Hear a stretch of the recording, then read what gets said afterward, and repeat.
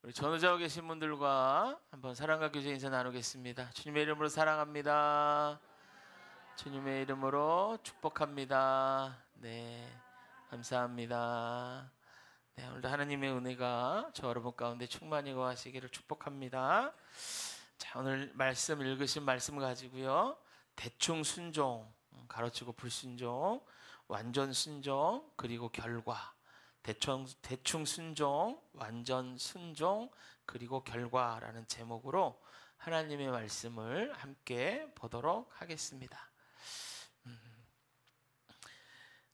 나비 효과라는 말이 있는데요. 예전에 되게 많이 썼던 말인데 요즘은 그렇게 많이 쓰지 않는 것 같아요. 이 말은 미국의 기상학자였죠. 에드워드 로렌츠라는 사람이 1972년에 과학부흥협회라는 모임에서 강연을 하게 되는데요. 그 강연의 제목이 나비효과였어요. 그래서 이 말이 하나의 고유명사가 되어서 굉장히 유명해진 말입니다. 그가 했던 강연의 내용이 뭐냐면 이런 거예요. 초기값의 미세한 차이로 인해서 나중에 가면 결과가 완전히 달라질 수 있다. 이게 강연의 내용이에요. 그가 예를 들었던 게 이런 겁니다. 브라질에서 살던 나비 한 마리가 날갯짓을 하는 거예요. 그러면 날갯짓 때문에 공기가 움직이겠죠. 그게 움직여서 텍사스까지 오면은 돌풍이 될 수도 있다는 거예요.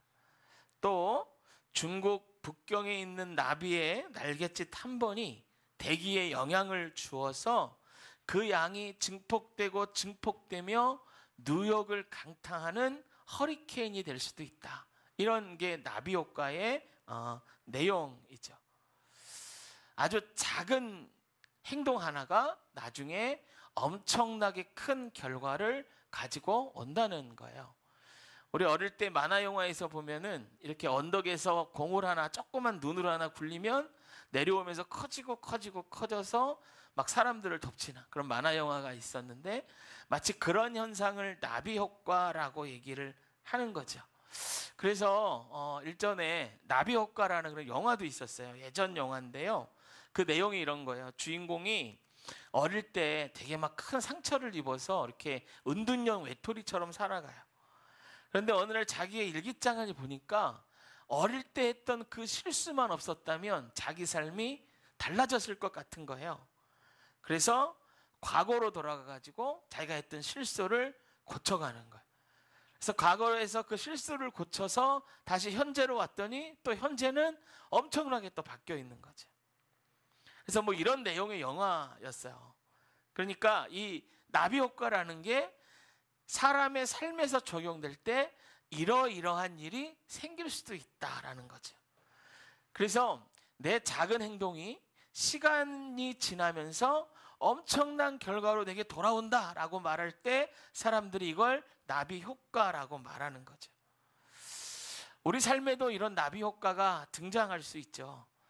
나의 사랑스러운 몸짓이나 따뜻한 마음 하나가 세상을 훈훈하게 바꿀 수도 있어요. 그러면 영적인 일에도 나비 효과는 존재하는 것 같아요. 나의 짧은 기도가, 나의 봉사가, 또 나의 하나님의 말씀에 대한 순종이 대충 순종하는 게 아니라 완전히 순종하기 위하여 고민하고 노력하는 그 순간순간이 내 삶에서 엄청난 나비 효과, 그 결과로 돌아오게 되는 일들이 있다는 거예요. 저는 이거를 좀 오늘 설교에서는 영적 나비 효과라고 좀 부르고 싶어요. 따라해 봅시다. 영적 나비 효과. 네. 이런 영적 나비 효과가요, 성경에도 종종 등장을 해요. 하나님의 명령이 아주 작고 보잘것없는 그런 아주 그냥 그 남들이 보기에 이건 지켜도 되고 지켰지 않아도 될 것 같은 그런 명령을 지키지 않았다가 나중에 엄청난 일로 이게 돌아오는 거죠. 사울왕이 아멜렉과 전투할 때 아각 왕을 살려줘요. 나중에 이제 이렇게 죽이기는 했지만 그 하나님의 명령을 온전히 수행하지 않은 거야. 그때 아멜렉이 좀 살아남았단 말이에요. 완전 진멸하라고 했는데 그때 그 나비 효과가 어디서 나타나냐면 룻기의 그 에스더에 보면 하만이가 이스라엘 민족을 전체를 다 죽이려고 날짜를 잡아놓고 장대를 매달고 모든 민족들에게 편지를 보내서 다 죽여라 이랬는데 그 하만이 아각의 후손이에요. 그러니까 시간이 지나면서 효과가 그렇게 나타나더라는 거예요. 여러분 오늘 사사시대의 이야기가 이제 사사기 1장에서 이제 기록되어지는데요. 사사기는 제가 무슨 뜻인지 많이 말씀드렸어요. 재판관, 그렇죠? 판결하는 사람. 그래서 다른 성경은 이걸 판관기라고 번역하기도 했고, 사사라는 직책이 이제 그 중국에 있었대요. 그래서 중국의 재판관들을 사사라고 불렀던 모양이에요. 그래서 사사기가 됐는데, 사사기는 재판관들의 이야기, 하나님이 세운 재판관들의 이야기가 사사기인데요. 사사기 1장은 여호수아가 죽고 나서 이제 정복 전쟁이 시작되고 나서 그 전쟁이 마무리되고 이스라엘이 가나안 땅에 들어와 살면서 일어난 일들이에요. 근데 1장은요, 이 과도기, 그러니까 여호수아 시대가 끝나고 가나안 땅에 정착하는 그 시기에 어떤 일이 있었는가를 알려주는 거예요. 여호수아는 죽었죠. 그리고 여호수아가 죽고 나서 각자 그 지파들이 정복 전쟁을 하게 되는데 그 전쟁의 결과가 어떻게 됐는지 오늘 읽은 본문이 우리에게 알려주고 있는 거예요. 성경에 여러 지명들이 나와요. 그래서 스토리가 잘 머릿속에 들어오지 않는 성경 말씀이기도 한데요. 이 지명들은 다 잊어버리셔도 되는데 한 가지만 기억하시면 돼요. 하나님이 하셨던 명령을 이스라엘 족속들이 온전히 순종했는가 아닌가, 순종하지 않았다면 그 결과는 무엇이었나, 오늘 본문이 아주 적나라하게 그것을 알려주고 있어요. 그러니까 영적 나비 효과 그 결과가 어떻게 이스라엘 백성들의 삶 가운데 드러나게 되었는지를 오늘 우리 본문이 우리에게 알려주는 거예요. 여러분 오늘 제목이요, 대충 순종 가로치고 불순종이에요. 그러니까 하나님이 10가지를 지켜라고 했는데 9가지를 지키고 1가지를 지키지 못했다. 그러면 이건 불순종에 들어가는 거야. 그런데 여러분, 그러면 나는 이거 어차피 다 순종 못하는 거니까 지키지 마야지, 이게 아니고요. 하나님은 공의로우신 분이시기도 하지만 저와 여러분의 아버지 되시기도 하세요. 잘못한 걸 꾸짖는 분이 아니라 더 잘할 수 있도록 도와주시는 분이에요. 그래서 그런 하나님을 기억하시고 이스라엘의 불순종이 그의 삶에 어떻게 역사하게 되었는지를 우리가 오늘 본문을 통해서 보는 거예요. 먼저 하나님이 가나안 땅에 들어가면 대표적으로 가나안 7족속이 있거든요. 이 7족속을 어떻게 하라고 하셨는지, 하나님의 계획과 명령이 무엇인지 먼저 보면 신명기 20장 16절 18절에 보면은 하나님의 가나안 땅에 대한 계획이 나와요. 이 가나안 땅에 너희들이 들어가면 거기에 이방 족속들이 사는데 이 족속들을 어떻게 해야 하는지를 하나님이 알려주신단 말이에요. 그때 하나님이요, 이런 명령을 내리세요. 호흡이 있는 것들은 하나도 남기지 말고 진멸하라. 구체적으로 가나안 7족속의 이름을 말해요. 헷, 아모리, 가나안, 브리스, 히위, 여부스, 이런 7족속의 이름을 다 얘기하면서 이 7족속은 하나도 남기지 마라, 이렇게 말해요. 여러분, 가나안 7족속들에게는 하나님이 오래전 아브라함 때부터 기회를 주셨어요. 그런데 이 기회를 다 잊어버리고요, 이 족속들이 뭘 했냐면, 성경에 보면 이들을 왜 진멸해야 하는가 이유가 나오는데 그게 그 중에 하나가 이거예요. 이들이 가증한 일을 행했느니라. 여러분, 이 가증한 일이 뭔지 아세요? 인신제사를 드리는 거예요. 우상에게 사람을 제물로 드리는 거예요. 더 심하게는 자기 자녀를 제물로 드리는 거예요. 하나님이 이거 가증하다, 하지 말아라 그랬는데 그런 일들을 너무 많이, 너무 자연스럽게 문화처럼 이렇게 드리는 거예요. 여러분, 예전에 그 선교사님들의 일지에 보면 그 인도가 힌두교를 믿잖아요. 힌두교에 그 믿는 여러 신들이 있어요. 뭐 만여 개의 막 신들이 있단 말이에요. 잡신들이 너무 많아요. 그들이 믿는 우상들 너무 많아요. 그 중에 강의 신을 믿는 그러한 부족들이 있어요. 그런데 어느 날 어떤 엄마가 자기 아이를 강에 신게 드린다고, 이거 선교사님 그 일지에 나오는 얘기예요. 자기 그 어린 아이를 강에 신에게 드린다고 강에 빠뜨려 죽였어요. 그럼 우리나라 같으면 어떻게 경찰에 신고하고 난리가 나잖아요. 그런데 거기는 그 여자의 믿음을 칭찬해 주는 거야. 아, 잘했다. 네 자식도 우리 강의 신을 위해 드리는구나. 다 박수 쳐주는 거예요. 여러분, 이런 문화가 하나님은 가증하다는 거예요. 이런 문화는 악한 거라는 거예요. 누구도 누구를 죽여서 제사를 드리고 제물로 드리는데, 악한 자들이 그렇게 득세하고 그렇게 악한 일을 벌이는데 그걸 막아서는 자가 없고 다 잘했다고 칭찬하는 이런 분위기가 가나안 7 족속들이었던 거예요. 하나님의 눈에 가증하고 악했고, 또 그들이 섬기는 우상을 그냥 놔뒀다가 이스라엘 백성들도 거기에 전염될까 봐 다 진멸하라 라고 말씀하셨어요. 그런데 이스라엘 백성이 과연 그 일들을 다 수행을 했는가? 하나님의 말씀대로 그 7 족속을 다 죽였는가? 그렇지 않다라는 것이 오늘 본문 성경에 보면 그게 기록되어져 있는 것들을 보게 됩니다. 여러분, 이스라엘이 들어가서 7 족속을 다 진멸해야 되는 이유 중에 하나가 그들의 우상 때문인데요. 대표적으로 섬기는 우상이 바알과 아세라죠. 근데 여러분, 성경의 바알과 아세라는 아주 지긋지긋하게 나와요. 근데 이런 것들을 다 용인하고 용납했다라는 말이에요. 오늘 본문에 보면 먼저 요셉 족속에 대한 이야기가 나와요. 베델을 치러 올라가서 어떤 사람에게 성 입구를 물어봤어요. 그래서 이제 거기로 공격해 들어갔잖아요. 그런데 성 입구를 알려준 사람을 살려줘요. 그러니까 그 사람이 살아서 햇사람 땅에 가서 성을 세우고 살았다라고 오늘 성경은 말합니다. 그러니까 여러분, 그 사람 한 사람만 산 게 아니죠.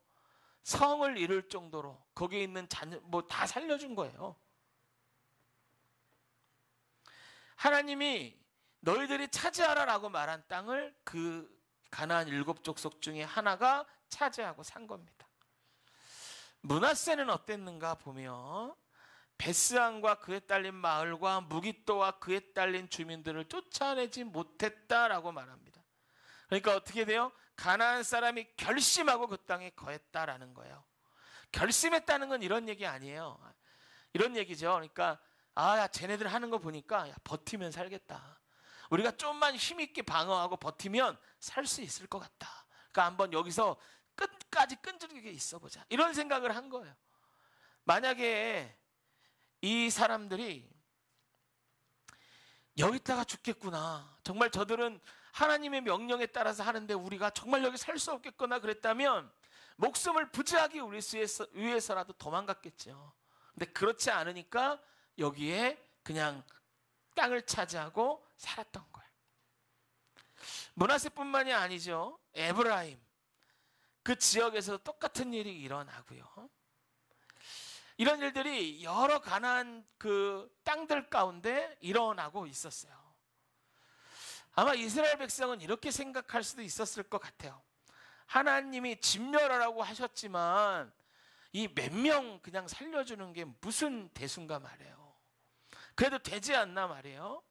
그런데 별거 아닌 그 일들이라고 생각했던 게 나중에 보면 엄청난 나비 효과로 그들에게 다가오는 거예요. 아마 그들은 이렇게 생각했을 거예요. 몇 명 살려주는 거 괜찮다. 혹은 지금 저들이 강하니까 우리가 힘을 더 키워서 한번 싸워보자. 싸움을 미루든지. 우리가 지금 강하니 언제든지 칠 수 있으니까 그냥 납비두자. 그리고 우리가 쟤네들을 노예로 좀 부리자. 뭐 이렇게 생각할 수도 있었을 거예요. 그런데 그런 이스라엘의 결정 가운데 가나안 7 족속은 살아남아서 힘을 키우기를 시작합니다. 힘을 키우기를 시작해요. 그러다가 34절에 보면 단지파 이야기가 나오는데요. 기가 막힌 일이 일어나는 거예요. 아모리 족속, 이 아모리는 하나님이 진멸하라고 말한 7 족속 중에 하나예요. 근데 그 아모리 족속이 단지파를 몰아낸 거예요. 산간지방에 몰아넣었어요. 그러니까 단지파는 아모리 족속이 무서워서 밑으로 내려오지도 못해요. 기가 막힌 일들이 막 일어나기 시작해요. 그래도 하나님께서 싸울 능력을 또 다른 지파들에게 또 주셨는데, 다른 지파들은 어땠는가? 자기의 힘이 강성해지니까 이들을 진멸하지 않고 또 노예로 부리기를 시작하는 거예요. 노예로 부리기를 시작하는. 여러분, 하나님은 분명히 말씀하셨어요. 하나님의 말씀은 심플합니다. 여러분, 복잡하지 않아요. 그런데 우리는 늘 그것들을 생각하는 거야. 이거 지금 해요? 이거 꼭 이렇게 해야 돼요? 이렇게 안 하면 안 돼요? 하나를 하고 하나는 안 하면 어떨까요? 지금 이렇게 어려운데 지금은 안 되고 좀 나중에 하면 안 될까요? 우리는 늘 타협하려고 그래요. 그런데 하나님의 명령은 정확하고 심플해요. 그래서 복잡할 게 없어요. 그러니까 완전한 순종을 해야 하는 그 일에도 이스라엘 백성들과 마찬가지로 우리는 늘 타협하고 뒤로 미루고 하나님께서 힘을 주셔도 그걸로 다른 일을 하려고 하는 경우가 많이 있다는 거죠. 여러분, 이 이스라엘이 남겨둔 가나안 7 족속들 때문에 이스라엘 역사가 흘러가는 그 기간 동안 어떤 일을 당하게 되는가? 그건 엄청난 재앙으로 나옵니다. 단편적인 예로 이런 일들이 있어. 사사시대에 엄청난 400년이거든요. 엄청난 전쟁이 일어나요. 그리고 쭉 역사가 흘러서 이제 예수님의 제자 요한 때까지 오면은 요한이 요한계시록을 쓰잖아요. 근데 요한계시록을 쓰다 보니까 그 엄청난 전쟁, 그 마지막 때의 전쟁이 있다는 걸 환상으로 봐요. 어찌나 무섭고 두려운 전쟁이든지 그 전쟁이 하여튼 막 너무 두려워서 견딜 수가 없는 그런 전쟁들이 막 일어나는 거예요. 그래서 그 전쟁의 이름을 뭐라고 졌냐면 이렇게 줘요. 계시록에 보면 아마겟돈 전쟁이다라고 기록을 해요. 아마겟돈 전쟁. 여러분, 이 아마겟돈은 어떤 한 지명을 얘기해요.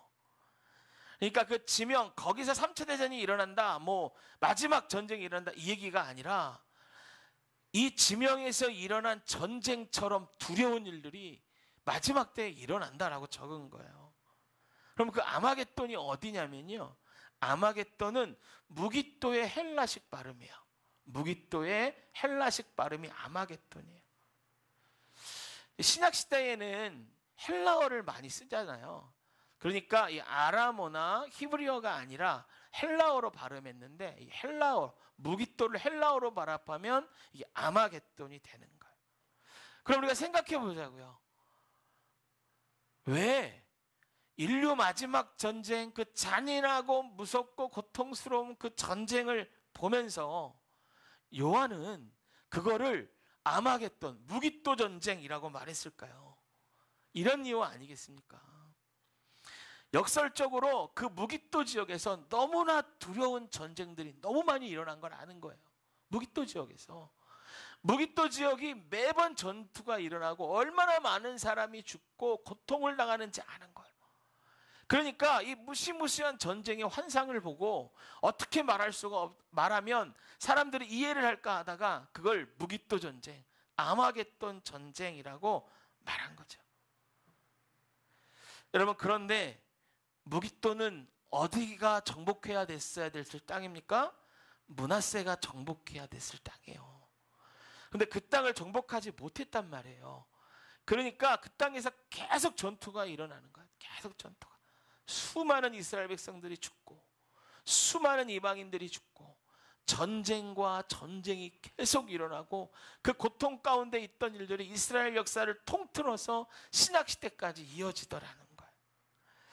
여러분, 만약에 므낫세가 처음부터 무기또 땅을 완전히 정복하고 그 땅을 하나님의 백성들이 살아가는 땅으로 만들었다면 무기또에서는 이런 엄청난 전쟁이 일어나지는 않았을 거예요.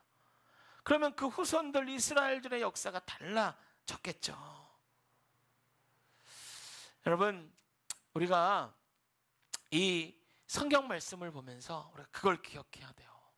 정말 내가 잠깐 밀어놨던 순종, 내가 타협하며 대충 했던 순종, 내가 해야 됨을 알지만 그냥 세상의 문화에 휩쓸려서 내 뜻대로 그냥 살아갔던 것들, 그냥 세상이 그런데 어때? 아유 내가 이렇게까지 해야 돼 라고 생각했던 그 일들, 그게 여러분 거기서 끝나지 않는 거예요.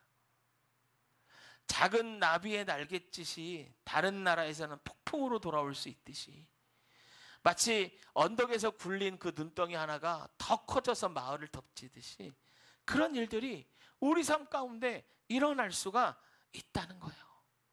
그러니까 여러분, 우리는 어떻게 해야 돼요? 작은 말씀이더라도 하나님의 말씀인 걸 알면 그 말씀에 순종하는 거예요. 순종하다가 어려움을 겪을지라도 정말 하나님의 말씀이기 때문에 순종하는 사람이 되어야 되는 거예요. 그럴 때 하나님께서 일하시는 일들을 우리가 눈으로 볼 수 있을 줄로 믿습니다.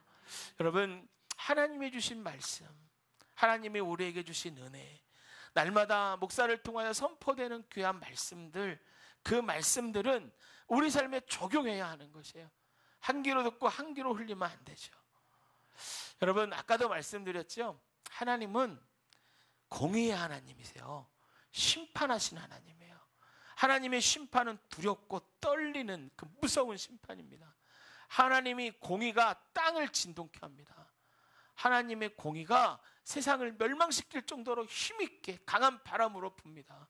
이게 무서운 하나님의 공의예요. 그러나 우리 하나님은 아버지 되신 하나님이에요. 할렐루야. 심판하시지만 아버지 되셔요. 이거를 아셔야 되는 거예요.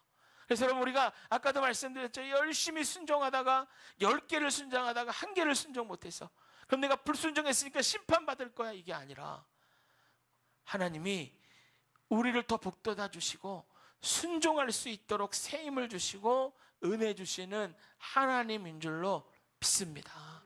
할렐루야. 그 아버지 되신 하나님을 의지하면 그 아버지 되신 하나님이 우리로 순종할 수 있는 힘을 주실 줄로 믿습니다. 그래서 여러분, 우리가 늘 이 성경의 나비효과, 영적 나비효과를 기억하고 우리가 어떻게 하면 더 하나님의 말씀에 순종할 수 있는지, 때로는 손해보더라도, 때로는 어려운 일이 있더라도 그래도 하나님, 나는 주님께 순종합니다 기도하고 순종의 길을 걸을 때 하나님이 저와 여러분들의 삶 가운데 귀한 열매, 영적인 나비효과의 놀라운 축복의 열매를 맺게 하여 주실 줄로 믿습니다. 할렐루야. 잠깐 우리 기도하겠습니다.